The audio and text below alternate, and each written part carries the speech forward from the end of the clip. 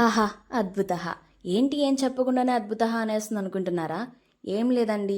వేడి వేడి అన్నంలోకి అలా కొంచెం ఉసిరికాయ పచ్చడి వేసుకొని, కొంచెం నెయ్యి యాడ్ చేసుకొని, కలుపుకొని, ముక్కతో పాటు ఒక ముద్ద తిన్నా అంతే. అద్భుతః అనిపిచ్చేసింది. ఇవాళ మీ అందరికీ ఎంతో కమ్మగా ఉండే ఉసిరికాయ పచ్చడి రెసిపీ చెప్పేస్తా రండి.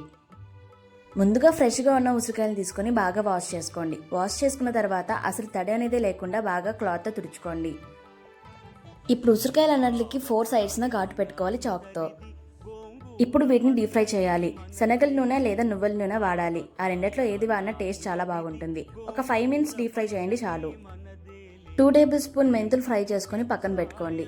తర్వాత ఒక కప్పు కల్లుప్పుని తీసుకొని బాగా మిక్సీ చేసుకోండి. ఒక మిక్సింగ్ బౌల్లోకి ఫస్ట్ ఒక కప్పు ఉప్పు అలాగే 1.5 కప్పు కారం వేసుకోవాలి. కారం తక్కువ తినేవాళ్ళు 1 కప్ వేసుకుంటే సరిపోతుంది. తర్వాత 1 కప్ ఆవపిండి కూడా వేసుకొని బాగా మిక్స్ చేసుకోవాలి మొత్తాన్ని.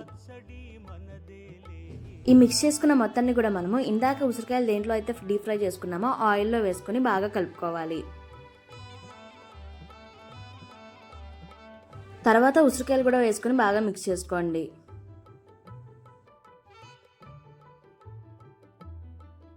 ఇప్పుడు ముందుగానే ఫ్రై చేసి పెట్టుకున్న మెంతులు అనేవి యాడ్ చేసుకోవాలి. అలాగే 2 table spoon of lemon juice కూడా యాడ్ చేసుకోవాలి. దీనివల్ల మనకి టేస్ట్ అనేది బ్యాలెన్స్ అవుతుంది పచ్చడిలో. అలాగే నిలవ కూడా ఎక్కువ రోజులు ఉంటుంది.